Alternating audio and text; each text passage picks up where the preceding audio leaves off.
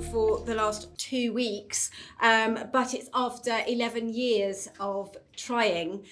This is my 4th attempt to win this seat, and it feels all the more special for having got there. And it feels special having done it in the year that we have our record-breaking result for the Lib Dems with our highest number of MPs for over 100 years. And as has been said, 50-50 did play a part in that.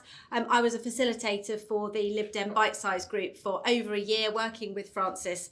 And in fact, Alex Brewer, one of my mentees on that group, sits alongside me on the benches. So it really does work. So if you haven't been involved before, do get involved. It really does make a huge difference. And as has been said before, this is one of the most diverse parliaments, with 41% of the MPs being women. Our first Chancellor, who is a woman, and goodness only, don't we all just hope we're about to see the first female President of the United States. Yes. We still do have a long way to go, and we've heard a lot about menopause today and endometriosis, so I'm going to pass on that. But one of the things that the Lib Dems believe very strongly in is actually tackling the data gap. I was talking to a lady earlier that's talking about the data that the NHS hold about us and using it in a really intelligent way in terms of diagnosis and treatment, and ensuring that our doctors are trained to provide the very best care for women by introducing mandatory specific teaching and assessment on women's health as they graduate and as they join the doctor's profession. And it isn't just about doctors, though, is it? Because, our children our teachers don't get any training on autism. And the way autism affects children, girls, is incredibly different in the way it affects boys. So again, it's a symptom of the gender equality, and then teachers not actually being taught how it affects different genders. I want to target a little bit more about the experience of giving birth. I'm a mum of 4 children, all now grown up. And I was one of those mums that had horrendous postnatal depression, and at one stage did actually think, I can't tell anyone because they'll take my children away. I remember a moment when I had 3 children under 5, and being in the corner in my hall and begging my brother to come and take the children because I didn't feel safe. No mother should ever have to go through that. But I was lucky, as a white middle class mum, I probably wouldn't have had my children taken if I had asked for help. But if I wasn't a white middle class mum, that fear would have been so much greater.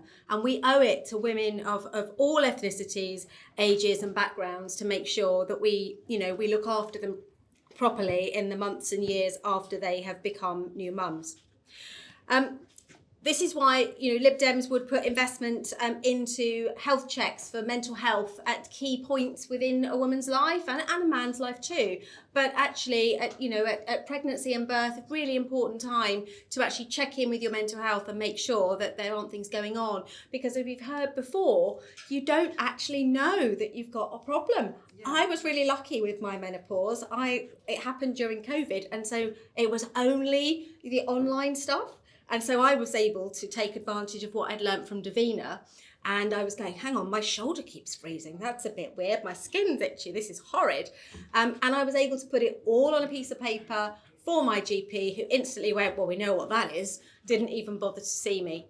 But we need to be doing the same thing for young mums as well, so that they understand what's going on to them when they've had their children too. And I think the biggest thing for me is the lack of health visitors. In the last year, we have lost 1/3 of our health visitors. And I know in my part of Dorset, we're finding that about 60% of mums are not seeing health visiting services. They're not deemed high risk, so they're not deemed needing for health visitors. But when I had my children, that's where I made my friends. We all went together to the health visitor. We bonded. We asked the stupid questions. We made friends for life. And the mums of today are not getting that because we're cutting corners on the preventative work that our health visitors do.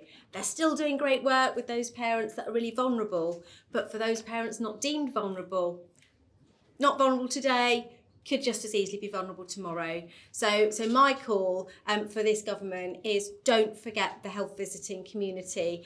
They are so important to so many parents around the country.